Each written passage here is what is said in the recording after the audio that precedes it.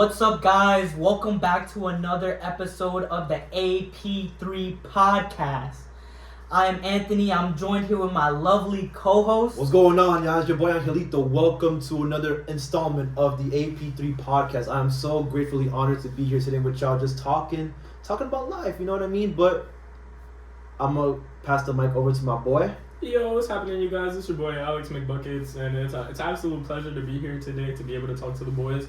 I don't want to hesitate. We don't want to beat around the bush, really, this episode. We're going to be talking about something pretty serious and something that we think is going to shed light on an issue that we kind of go through every single day, and we think that a majority of you guys go through as well. And we're hoping that we're able to provide some clarity that may help you guys out with stuff that you're dealing with, too. So without further ado, I'm going to pass it off to Anthony and just start us off.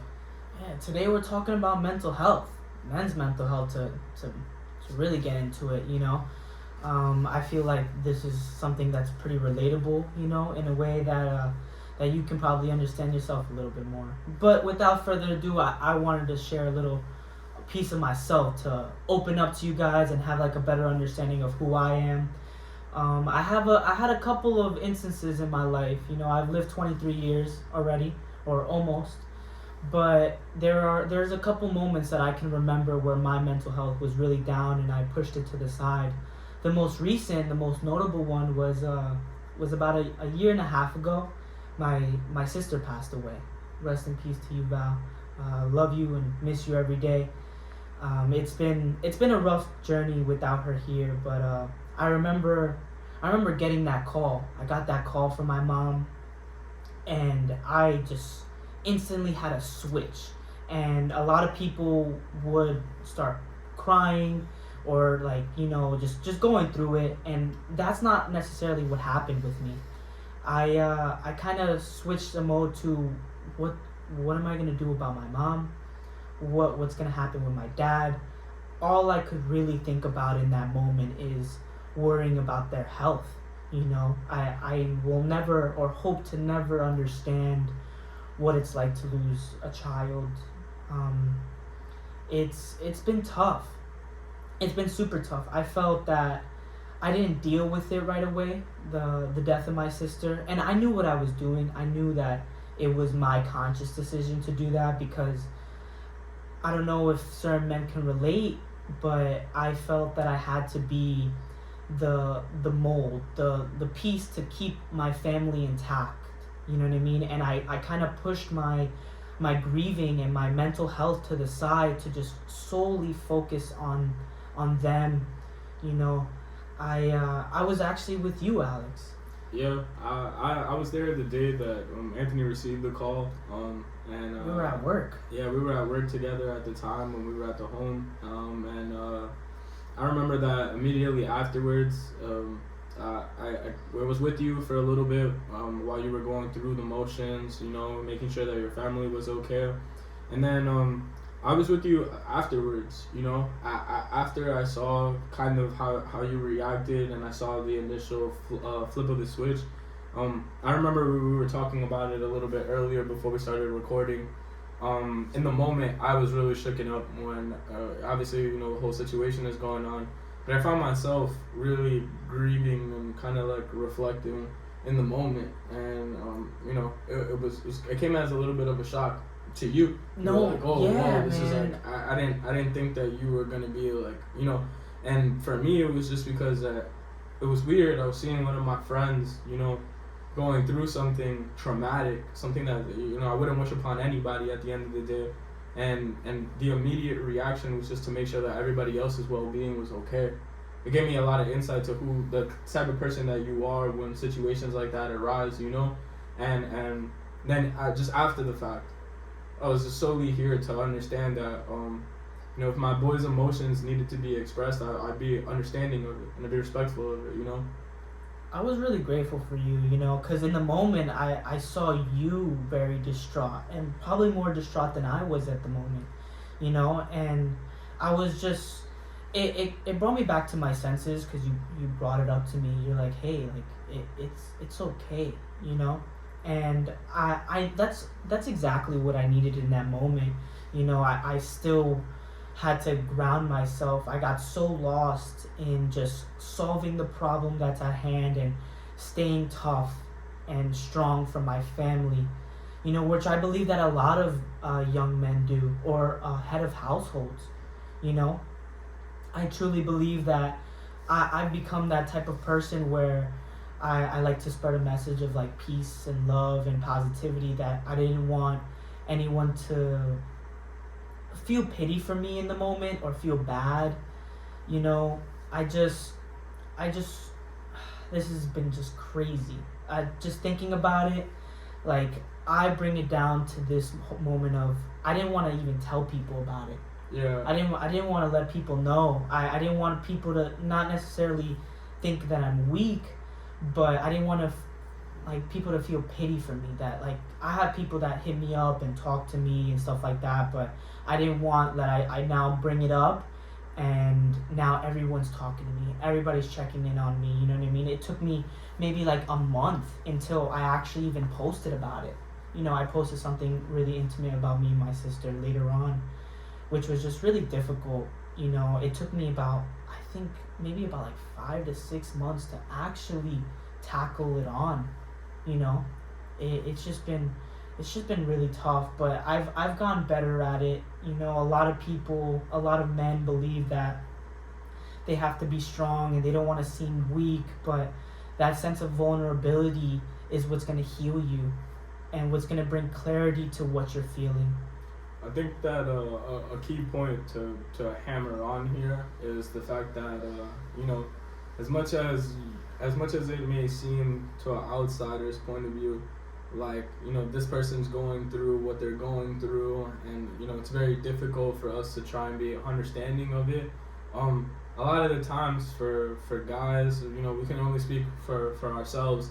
At the end of the day, you immediately put the emotions of other people surrounding you in front of your own emotions, due to the fact that you don't want for there to be a grieving process much more difficult on your loved one.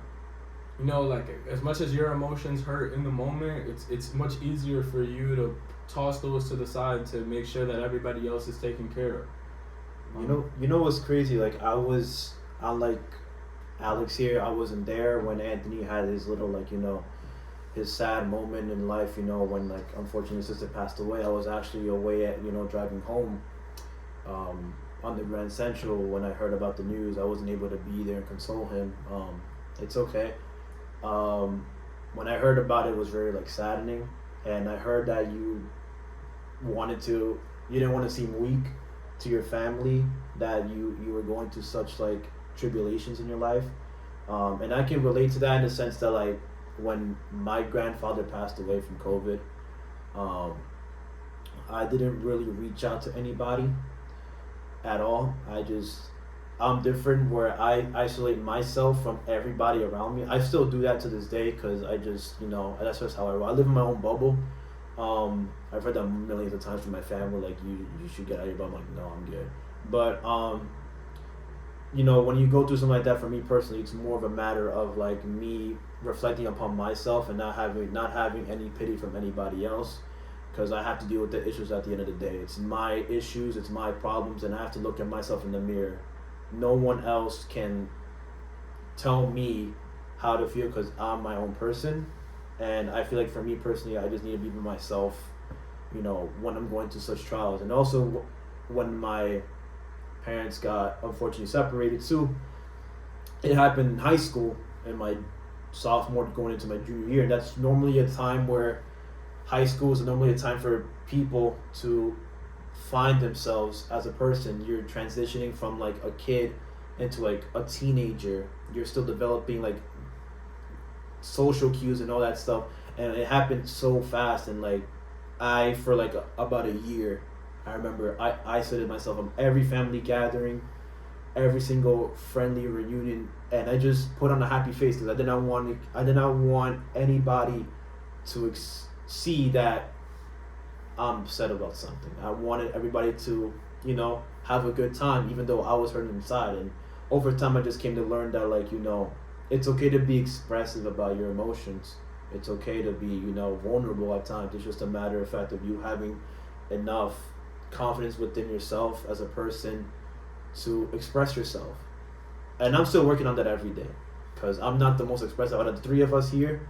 I'm the least expressive. I will say that with full confidence. But it's all about just getting more comfortable under your skin and being able to admit, your feelings. I can relate to that probably more than I really hope to. I think that I'm a similar in that sense where I did kind of distance myself, but I also wanted to be very strong and be like a solid rock and foundation for my family, and like it just being there and just expressing yourself goes so much more. It goes a lot farther than you really realize. And like I said earlier, I thank Alex for bringing me out of that, because I probably would have taken me even longer to open up. I think that guys in general do that a lot. I've noticed it with a lot of males who just want to just be strong and just distance themselves and feel like, no, I just have to just figure out a solution on my own, and then everything else will fall into place later. But that's just a standpoint that you're putting on your mentals that will carry on, and you'll start projecting to the people around you, which is not what you truly want at the end of the day. Nah, yeah, it's true. I feel like it's just a matter of, as I said earlier, you just have to be more comfortable about you accepting your feelings and just talking to people. You're always going to have in your table, when you're sitting at home, you're going to have your mother or your father or your sister or your brother, whoever is in your household or whoever's around you. Like, for example, these two right here, I could talk to them about my problems and stuff like that. It's just a matter of, you expressing yourself and venting. Just vent. Treat them like Dr. Phil. That's what I always say. Treat the people around you like if you were on an episode of Dr. Phil and vent, because that's going to feel better for you. And you know what? It's okay to cry. I know there's people out there on social media be like, men don't cry. That is complete bullcrap.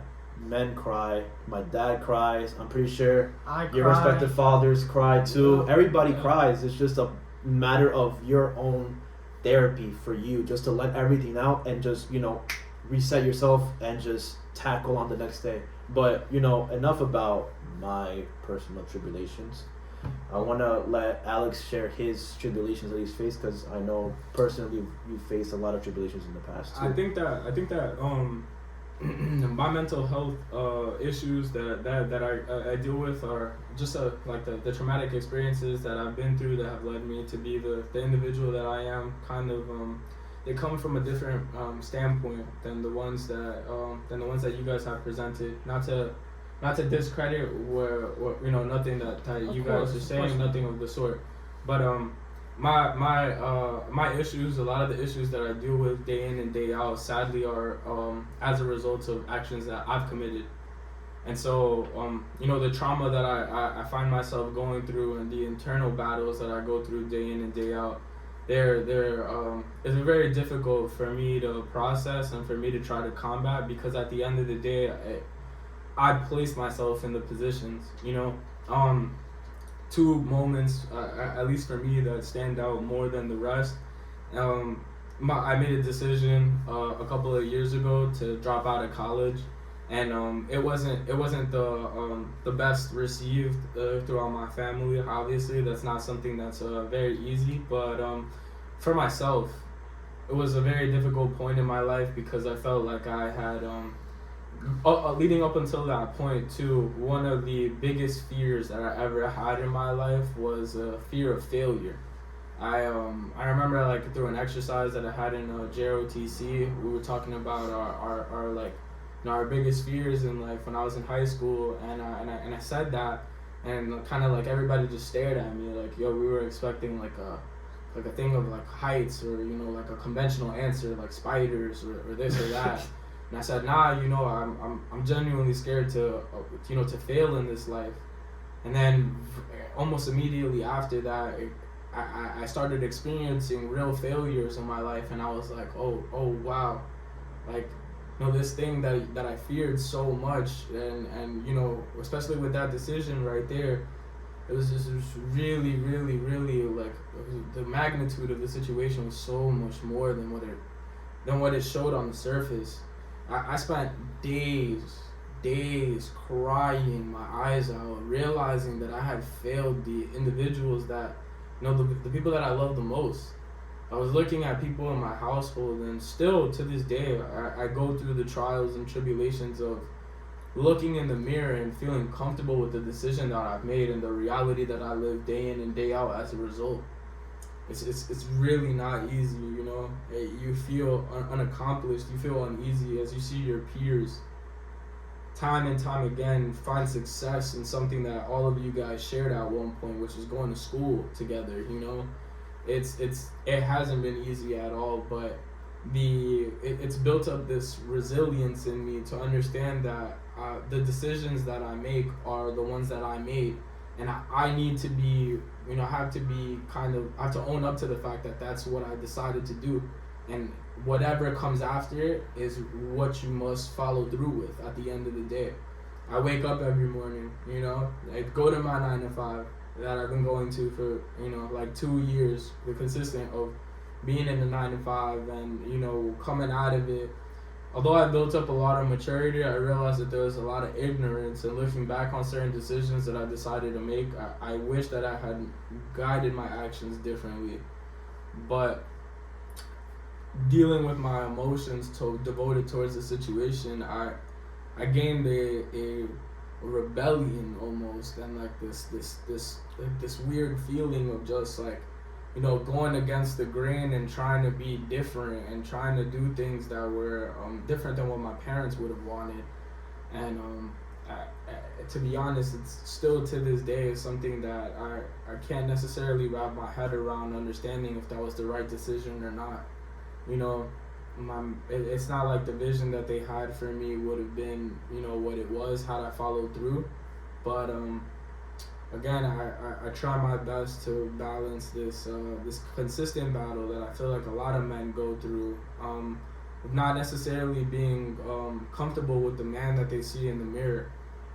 Sometimes it's a difficult battle waking up in the morning and your immediate reaction is a sigh of like, fuck, it's another day, I gotta go do what I have to do today. And like I sometimes there was days where I would wake up and I wouldn't even I'd regret the fact that I had to walk another step in my reality.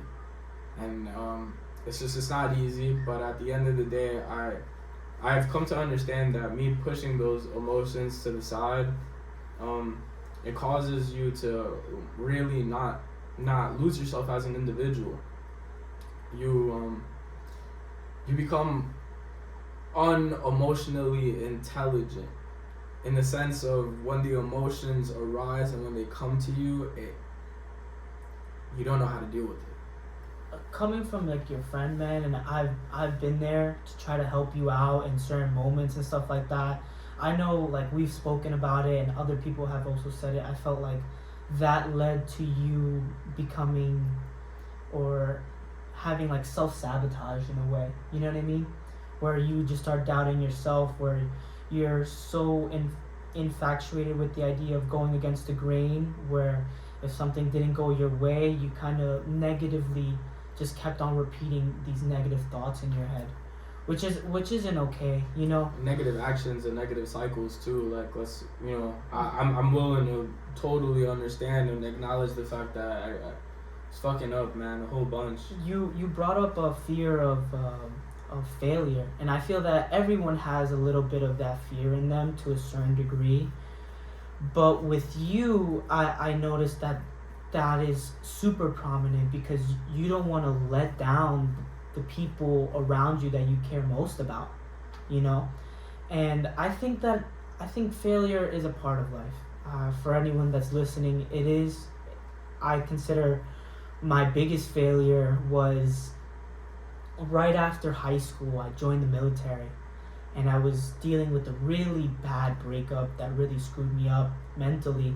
And I started also self-sabotaging and just doing things that I shouldn't be doing, even though I know deep down I was getting in more in trouble and stuff like that.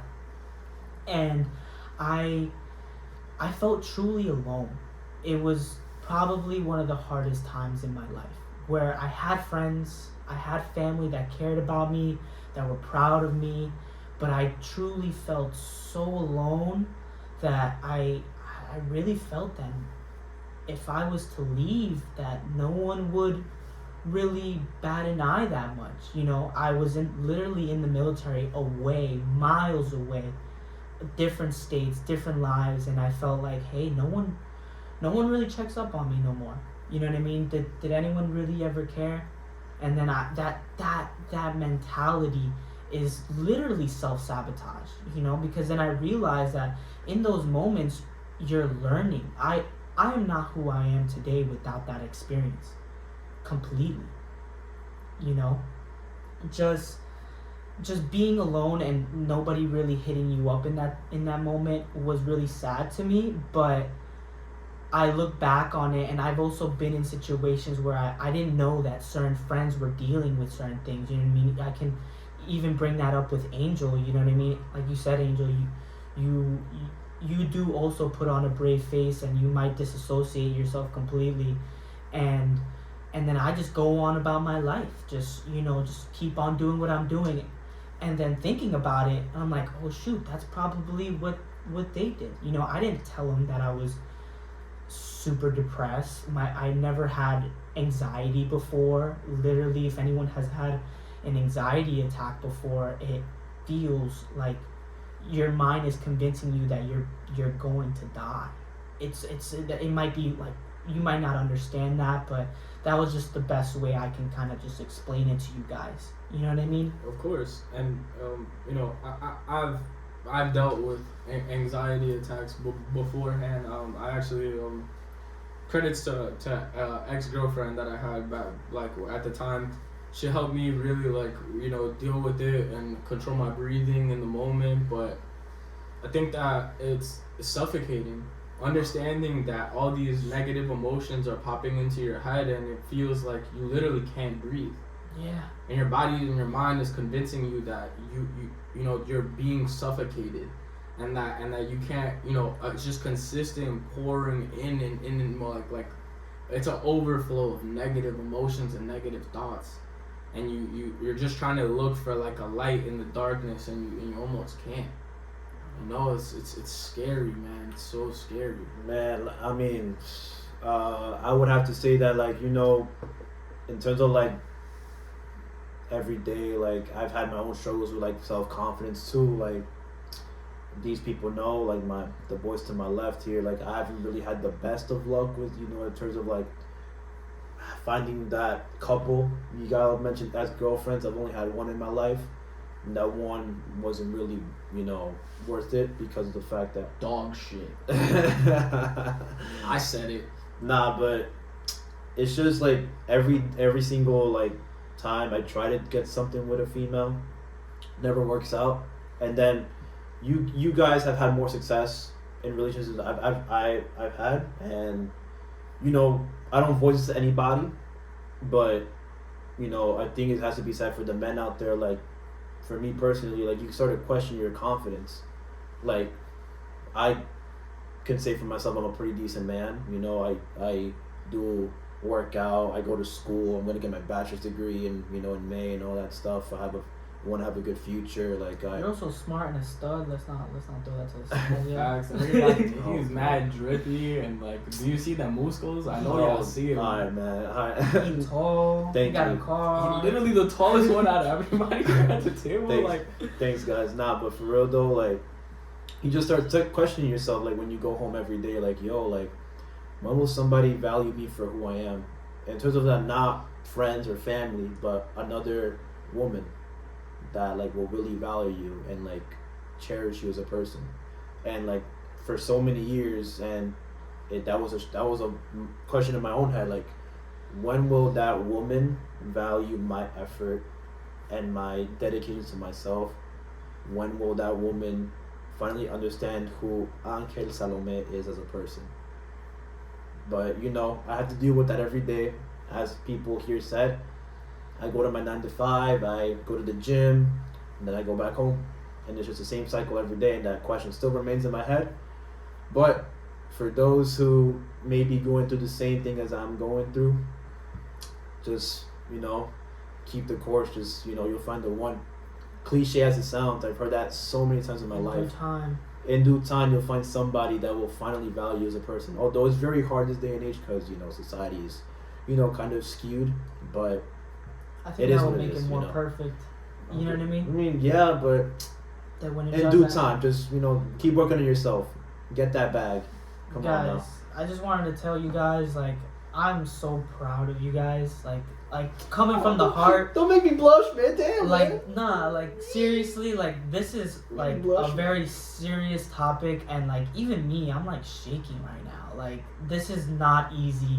And we also understand that from the audience, like, maybe hearing this or maybe even just reflecting on your own lives. Like, we've come so far in our own mental health journeys. I'm just super grateful to be here. Another day, I'm just so grateful. I know people go through it every day, but I'm also proud of anyone that's listening. You've made it this far. Yes, sir. And there's people that love you and want you to be the best version of yourself. Yeah, man. It's been a pleasure sharing our stories with y'all, man. Like, all I gotta say for you guys is just, keep pushing through whatever you're going through. Like, you're not alone in this world. Like, it may feel that way, but you're always gonna have somebody there to talk to. I have to learn it the hard way because I'm not very talkative as a person. Just talk to somebody next to you while you're eating lunch. Tell them about your problems, like what you did today. It helps out a lot with your mental. And also, work on yourself. Be the best person. Be the best version of you. That's all you gotta say every single day. I personally just want to bring home two points devoted to what Angel's saying now about being able to focus on yourself and being able to still hold that level of respect for yourself after dealing with situations that I know a lot of people may be going through right now. I want to say two things. One, while trying to find yourself, please don't get wrapped up in that neither. Being focused and being determined and trying to be productive and forcing yourself to continuously work towards something or continuously be progressive. I mean, you have these emotions. I'm talking to a lot of the guys out there. Ladies, I know you guys go through the same thing and you guys have your own ways of coping with it and throwing yourselves into work or throwing yourselves into better living, but please understand that you can focus on being a better individual while still in the back of your mind, acknowledging these emotions and being able to grieve, and being able to be sad, regardless of what society pushes on you, and being vulnerable. And another key point that I feel like needs to be expressed, there's this whole stigma built around mental health for men that's pushed on to us by society, and this like newfound guys, you need to be tough, and like this like whole like Andrew Tate wave about like I don't want no man that cries. Right, like I build yourself up to own a Ferrari and have a Fortune 500 company. Like, saying that ladies are the root of this or the root of that. I've come to understand very recently that women allow you to acknowledge and really understand the navigation and the confidence to be vocal about your vulnerability, about your emotions, about the stuff that you're going through. Could be whatever the loving in nature that they carry because they're women and it's this and it's that, but at the end of the day, I know now that reaching out to females to talk about your problems it's not a bad thing, and once you find that sort of those sort of friends, you could be a partner, it could be whatever, but being able to have that sort of outreach, I want for all the men listening to the podcast to understand that that's not something that you should shy away from. Let alone my female friends that I've reached out to about my problems. My little sis, my cousin Ashley, like, being able to tell my problems to her and have her give me the real, like tell me that I have my shit going on, but this is the reality of my situation and that I need to proceed moving forward. It's allowed me to be able to be more vocal for my boys, you know, to know how to navigate, to know how to say things a certain way so that my boys can feel more comfortable about expressing themselves. I've prided myself on being the one in the friend group to make it emotionally available, make it a safe space for everybody to say what they need to say, and at the end of the day, I won't stop being that person. But please, everybody who's listening now, going through the issues that we addressed and the waking up in the morning and sometimes feeling like, yo, you can't get through the day. I know how cliche this sounds, I know how repetitive it may seem, but at the end of the day, I would much rather hear your story than have to, you know, go to a funeral, God forbid. I have to hear the stories of other people telling me how amazing you were as a person. I deal with my grievances day in and day out, but I 100% want to say on record that you know, talking about your problems is much better than taking actions to avoid them. And with that message, I hope that everybody listening at home understands that you have that person, and there's always going to be those individuals that are willing to listen to you and try to help you out. So don't ever hesitate to reach out. Even those people who were like myself, who, like I said earlier, I felt completely alone. I felt that anyone that I knew wouldn't understand or even be able to come close to relate what I was going through.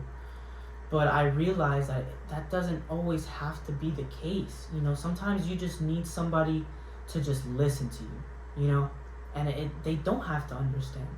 Just voicing it out, speaking it out into the world instead of just thinking about it in your head goes such a long way.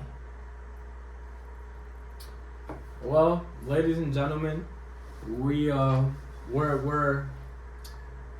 here to be this voice and, you know, talk about what we go through and what we experience. But I hope that as a result of listening to this episode, again filled with a lot of heavy emotion, that you guys feel a little bit more comfortable about what you're going through or what you're dealing with, while also providing you guys with some insight about what we go through. You know, it's not easy. We could come up here, we could make all the jokes, we could laugh, we could try to do things as best as possible, but at the end of the day, you know, shit ain't always sweet, and everybody's got their own problems, but we're hoping that this is able to help you guys out, you know? Use us to learn. That's all we're here for. Use us as treat this as your therapy session. We're, you know, just relate to us, you know, at the end of the day, just, we're your Dr. Phil's today. Yeah, as I said, we're your Dr. Phil's, type shit, you know what I mean, but. And it's okay. On the final note, I know you touched upon it a little bit, Alex, on the note of just speaking to a female about something like this. It goes such a long way. I can attest, I believe that even everyone here, you know, they love their own mothers. I'll talk to you, Kiara, more. I'm sorry. it really goes a long way. What women do for society and how much they help men without men even realizing. Hats off to you. I've always said that men are conventionally head of household, but women are the neck. You can't move, you can't do nothing without them. How's that line go?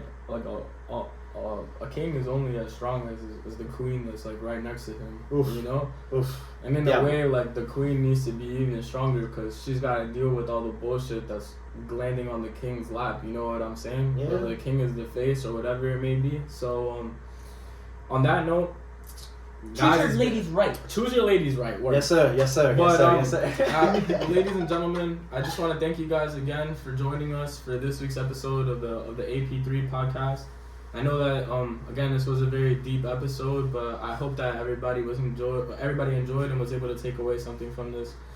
It's your boy Alex McBuckets. You can catch me on Instagram at alex.mcbuckets. You can catch me on Twitter at alex McBuckets15, and on TikTok at alex.mcbuckets as well. Yeah, y'all can go check me out there. It's hitting the renegade up in these platforms. You know what I'm saying? Yeah, we're an angel. Let the people know. Nah, as for me, man, you know, YouTube, obviously, Angelito TV, where I stream FIFA.